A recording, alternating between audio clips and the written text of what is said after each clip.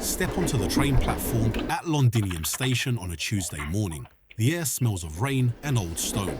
You board a sleek, silent railcar and settle in. By noon, you're gliding beneath the Alps through a tunnel lit in pale white. By evening, the Mediterranean stretches beyond your window, copper-coloured in the dying sun. You pass Carthage. You pass the white towers of Alexandria. And at no point, not once in the entire journey, do you cross a border. Because there are no borders, there is only Rome. The Roman Empire has governed this territory for over 2,000 years. It has outlasted every rival, survived every crisis, and adapted to every century without ever collapsing and restarting from scratch. It is the oldest continuously operating political institution in human history. Today, in 2025, it is home to 1.2 billion people, runs the largest economy on Earth, and is preparing to land humans on Mars. This is not the Rome of sandals and senators. It never stopped evolving. The Rome of today would be as unrecognizable to Augustus as a modern aircraft would have been to the engineers who built the first aqueduct. But the thread of continuity, the law, the citizenship, the language of administration, the unbroken institutional memory has never been cut. So how did it survive 2,000 years? And what did the world become because it did? The answer begins in 268 with a man who survived the plague. Emperor Claudius Gothicus had just won a decisive battle against the Goths at Naissus. He was a capable commander, not a visionary. What made him consequential was not brilliance, but longevity. He lived long enough to do something no emperor before him had managed. He solved the succession problem. For 2 centuries, Rome had been tearing itself apart from the inside. Between 235 and 284, more than 50 emperors had claimed the throne. Most were killed by the soldiers who had just acclaimed them. Generals bribed their troops with money the treasury could not afford. The currency collapsed. Tax collection broke down. The northern frontier buckled under pressure from Germanic peoples pushed west by forces moving behind them from the Asian steppe. Claudius looked at this and built a system. 2 emperors, always serving together, each one selecting his successor not by blood but by merit, drawn from the senior officer corps as the great emperors of the previous century had done. A reformed Senate received genuine authority to refuse any succession that violated the rules. It was not a revolution. It was a bureaucratic reform, boring in the way that all the most important things are boring. And it held. Civil wars still broke out twice in the following century, but they were shorter, less destructive. The currency was not debased to pay for them. The provinces were not stripped bare to fund them. By 320, the tax system had been restructured so that provincial governors negotiated rates based on local conditions rather than simply extracting whatever the centre demanded. When the Goths crossed the Danube in 376, fleeing the advance of the Huns, the Roman administrators who met them at the river had functioning protocols, settlement procedures, military roles, citizenship pathways. The Goths were assigned to underpopulated Balkan provinces. Their leaders received rank in the Roman military. Their children attended Roman schools. Within 2 generations, they were not Goths inside a Roman Empire. They were Romans with Gothic ancestry, as the Spaniards, Syrians, and Egyptians had been Roman for centuries before them. This pattern, crisis, reform, integration, continuity, became the engine that kept Rome alive. Not strength, adaptability. By 500, Rome governed a continuous territory from the Atlantic coast of Britain to the Euphrates. Christianity had spread through every province as it spread everywhere it reached. The church grew wealthy and influential. Theological controversies erupted, fierce debates over the nature of Christ, accusations of heresy, occasional violence between factions. But these were managed under imperial authority rather than fragmenting into competing churches across competing kingdoms. The Bishop of Rome remained spiritually powerful. He never became a substitute emperor because the emperor was still there. Constantinople, founded in 330, had grown into the empire's largest city by 600. It was a metropolis of trade and scholarship, a place where Greek philosophy, Roman law, and Christian theology were studied in the same universities, argued in the same colonnaded streets, and printed in the same workshops once the press arrived. The libraries of Alexandria and Constantinople had been continuously maintained and expanded for centuries. Knowledge did not need to be rediscovered here, it simply accumulated. In the 600s, Islam emerged on the Arabian Peninsula. The revelation came, the community formed, the caliphate expanded with extraordinary speed through Arabia and into Persia, sweeping away the old Sassanid Empire. The Roman eastern frontier, never exhausted by a ruinous Persian war, held along the Euphrates. What followed was not a military collapse, but a diplomatic standoff. Eventually, a border treaty that held, with interruptions, for centuries. Islam spread across Arabia, Persia, Central Asia, and the sub-Saharan trade routes. It did not cross into North Africa. The Mediterranean remained Roman. The two civilizations traded, argued, occasionally fought, and watched each other carefully across a frontier that neither had fully resolved. Scholars in Constantinople read Arabic texts. Merchants from Carthage sailed to Basra. The interaction was constant and the tension permanent. By 1000, the empire had evolved into something that would have confused a Roman of the early Republic and intrigued a modern political theorist. Regional senates operated in Rome, Constantinople, Carthage, Alexandria, and Lugdunum, what travelers today call Lyon. Each had real authority over local taxation, law enforcement, and public works. Governors negotiated rather than simply obeyed. The same currency and the same foundational legal code operated everywhere, but local flexibility was constitutionally protected. Governing 50 million people across 3 continents from a single room was an experiment that failed centuries earlier. Decentralization became the empire's second great structural innovation, not a concession but a survival strategy. An empire that learned to devolve authority while retaining legal unity discovered it could outlast almost anything. The Black Death arrived in 1347, moving west along the Silk Road. Constantinople and Alexandria were struck first. A third of the population across affected regions died. The grief was enormous and the disruption severe, but the empire's administrative network, roads, postal routes, appointed health officials provided an infrastructure for coordinated response. Quarantine protocols derived from Roman military medicine were enforced across provinces, imperfectly and unevenly, but consistently enough to limit the secondary collapse that followed the plague in smaller, less connected polities.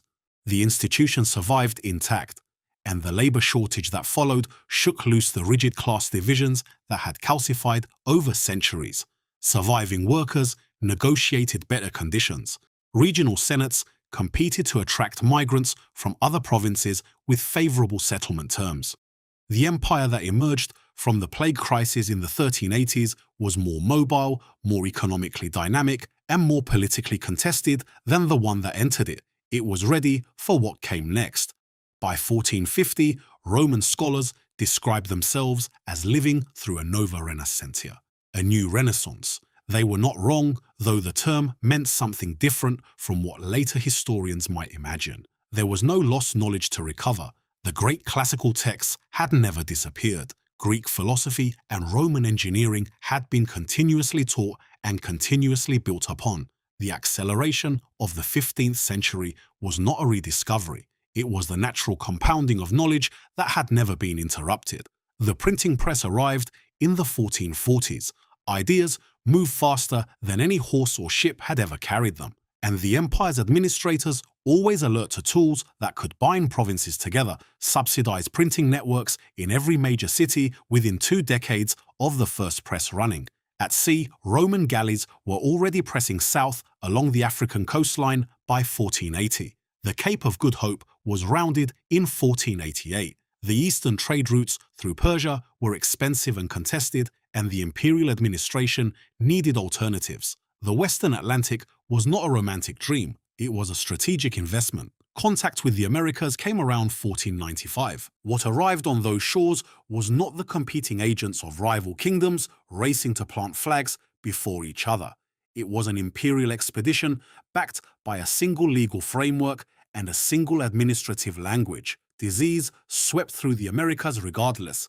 The biological catastrophe was unavoidable, but the legal framework for what came next drew on 15 centuries of Roman experience incorporating new peoples. The process was brutal and contested, extracted through political fights that lasted generations. The American provinces eventually developed their own regional senates. Indigenous leaders learned to navigate imperial administrative structures and eventually to reshape them.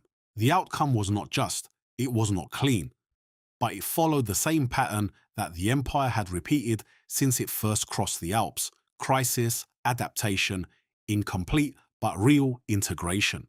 The Industrial Revolution began in Britannia around 1760. Coal, textile manufacturing, population pressure, commercial networks seeking efficiency, the same forces that drive industrialization wherever it occurs. What was different here was the speed of diffusion. The same legal system, the same currency, and the same rights of citizenship operated from Edinburgh to Alexandria. A railroad completed in Britain in 1835 connected to a continental network within a decade. The telegraph reached Constantinople by 1845 with steel rails and copper wire. An industrial working class that could organize across provincial lines, sharing the same legal language, the same citizenship rights, the same newspapers, was a formidable political force. The labor movements of the mid-19th century were imperial in scope. The reforms they demanded were granted incompletely after years of political struggle through the same contested institutional bargaining the empire had practiced for 2 millennia. Then came 1914. A succession dispute in the Eastern Court, combined with a separatist movement in the Armenian and Persian provinces, produced the worst internal conflict in Roman history since the 3rd century. 5 years of fighting with industrial weapons, 15 million dead. The catastrophe forced the most significant constitutional reform in the empire's existence. A directly elected popular assembly was created with genuine legislative authority. The emperor became largely ceremonial, a symbol of continuity rather than a source of executive power. The institution that had begun as a military dictatorship had spent 17 centuries becoming, through pressure and adaptation and grief, something closer to a federal republic. Stand in Rome on a Tuesday morning in 2025. The forum is still there, not roped off behind glass, but maintained as a living site, because the civilization that built it never lost the habit of caring for its own past. The Colosseum hosts concerts. The Pantheon has been a place of continuous worship since the year 125. Around these ancient structures, towers rise in the evolved Roman style. 17 centuries of uninterrupted architectural development, each generation building on the last rather than tearing it down and starting over. The empire's population is 1.2 billion people spread across Europe, North Africa, the Middle East, and the American provinces, the largest political entity in human history. Latin is the language of government, law, science, and commerce. Greek is the language of philosophy and high literature. 47 regional languages are constitutionally protected and officially recognized. Walking through the Berber districts of Carthage or the Gothic neighborhoods of Lugdunum, you hear languages that have been spoken and legally safeguarded for 20 centuries, because the empire learned through hard experience that people governed in their own language are people who cooperate. The political system is a constitutional monarchy in name and a federal republic in function. The emperor, selected by a joint session of the Senate and popular assembly for a fixed 10-year term, performs ceremonial duties and handles formal diplomacy. Real legislative power sits in the popular assembly, whose 900 elected delegates represent every province. The Senate retains oversight of major military appointments, treaty ratification, and constitutional changes. Regional senates govern local taxation, law enforcement, education, and public works. Nobody is entirely satisfied with the arrangement. That is probably the correct sign. Daily life in a Roman city contains its own particular textures. The subway under Rome cuts through archaeological layers that have been accumulating since the 8th century before the Common Era. The engineers who build it have become, incidentally, the world's most accomplished archaeologists. The Latin spoken on the street sounds nothing like Cicero. 15 centuries of change have carried it somewhere between classical precision and the rolling vowels of a living vernacular. But formal Latin survives in law, Senate debate, and religious ceremony, a thread connecting a senator delivering a speech in 2025 to the man whose words are carved into the stone above his head. The American provinces are wealthy, politically assertive, and increasingly impatient with the distance between themselves and the imperial center in Rome. Their delegates form the largest single regional bloc in the Popular Assembly. A generation of provincial politicians has made careers arguing for formal restructuring, something closer to a federation of equal partners than a center with subordinate provinces.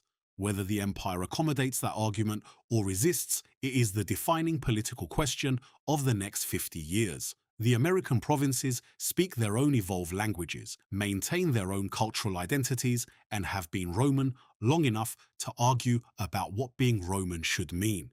The empire faces the same pressure every large institution eventually faces, the weight of its own complexity. The bureaucracy is enormous and, at any given moment, corrupt in 100 different ways. Political factions in the Popular Assembly are coalitions of interest built on patronage and transaction, exactly as Roman politics has always worked. The rich exploit legal structures the poor cannot navigate. The center extracts from the periphery more than it returns. The majority, in every generation, tests the limits of what it will tolerate from minorities who share the same citizenship on paper. What the empire has that smaller, shorter-lived institutions do not is a record of its own failures. The same institution that produced the cruelties of the 3rd century produced the reforms that curtailed them. The same institution that enabled the violence of American integration produced the legal rulings that partially corrected it. The same institution that stumbled into the catastrophe of 1914 produced the democratic settlement that followed it. Not better than humanity, just forced by the unbroken weight of its own memory to reckon with what it has done. Climate change is the defining external pressure of the modern era. An empire with territory across the Mediterranean basin, the Sahel, Arabia, and the American Southwest has an enormous proportion of its land on the front line of a warming world. The carbon settlement of 2015, passed after the most contested Senate debate since the crisis of 1914, commits the empire to net zero emissions by 2050. Whether those commitments hold through the political cycles of the next quarter century is the central question of an era that has not yet been resolved. On the wall of the Senate chamber in Rome, there is an inscription placed during a renovation in the year 873. It reads, in Latin, "The Republic is the business of the people." The words are Cicero's. He wrote them in 54 before the Common Era, when he was already afraid that what he loved was dying. Someone kept the sentence on the wall. Through 30 emperors and 5 plagues and 2 catastrophic civil wars and the Black Death and the age of steam and the age of electricity and the age of artificial intelligence and the first footprints on the moon, it stayed because what it described never fully stopped being true. Imperfectly, contentiously, sometimes hypocritically, but never fully stopped. 2,000 years of memory, 2,000 years of making the same mistakes, and sometimes, not always, but sometimes, learning from them. The most extraordinary thing about Rome is not the high-speed trains running from Londinium to Alexandria, or the lunar station, or the Mars mission currently crossing the void between 2 worlds. It is that somewhere in an archive maintained without interruption since the 2nd century before the Common Era is the record of every Senate session since the Gracchi, every reform debated and passed or defeated, every crisis managed well or badly, every argument about who belongs, what belonging means, and how much freedom the center can grant before it ceases to hold anything together at all. That argument is still happening, right now, on the floor of the Popular Assembly in 47 languages, between delegates who flew in from provinces that were contacted for the first time 5 centuries ago and senators whose families have held their seats for 20 generations. The empire has never answered the question permanently, it just keeps answering it again, and that, more than any road or law or rocket, is what Rome built.